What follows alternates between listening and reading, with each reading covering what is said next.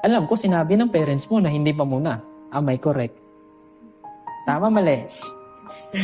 Tama, mali. Tama. Pero sinuway mo. Sa duha tuloy.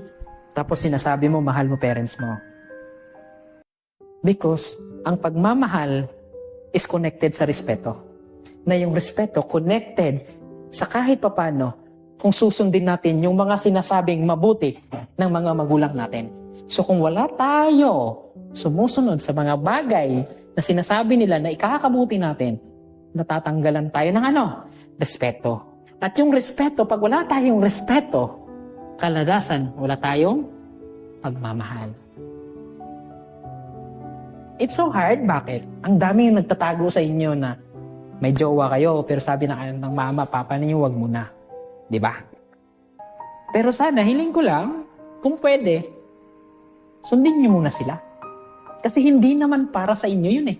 Ay, hindi naman para sa kanila. Para sa inyo yun. Nasabihin niya, wag ka munang magjowa kasi alam nila kung gaano karupok ang isang tao kapag ang taong mahal niya, katabi niya.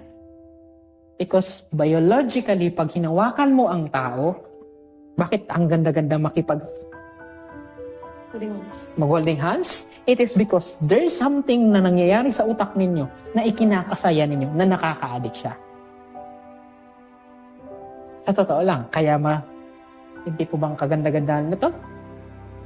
Masyadong magandang makipaghalikan.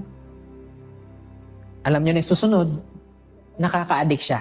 It is because biologically talaga, gustong-gusto ng katawan na alam nyo na.